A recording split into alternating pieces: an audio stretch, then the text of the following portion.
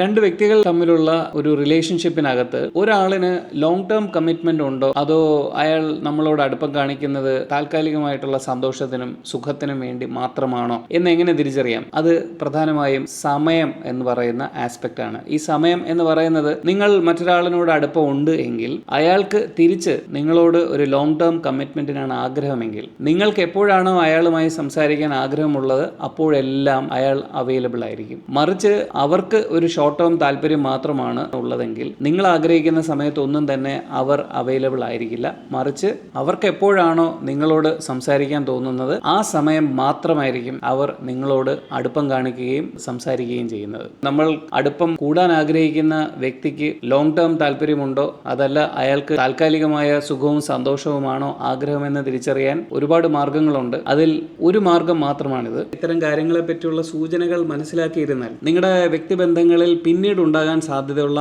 ആശയക്കുഴപ്പങ്ങളും ശാരീരികവും മാനസികവുമായി നിങ്ങൾ അനുഭവിക്കാൻ സാധ്യതയുള്ള ബുദ്ധിമുട്ടുകളും ഒക്കെ തന്നെ നിങ്ങൾക്ക് മുൻകൂട്ടി തടയാനും അതിൽ നിന്നെല്ലാം രക്ഷപ്പെടാനും തീർച്ചയായിട്ടും സാധിക്കും. കൂടുതൽ കാര്യങ്ങൾ അറിയുന്നതിന് വേണ്ടി എന്താണ് ഉദ്ദേശം എന്ന റിലേഷൻഷിപ്പ് സൈക്കോളജിയുമായി ബന്ധപ്പെട്ട പുതിയ വീഡിയോ കാണുക. ഇഷ്ടപ്പെട്ടാൽ ചാനൽ സബ്സ്ക്രൈബ് ചെയ്യുക.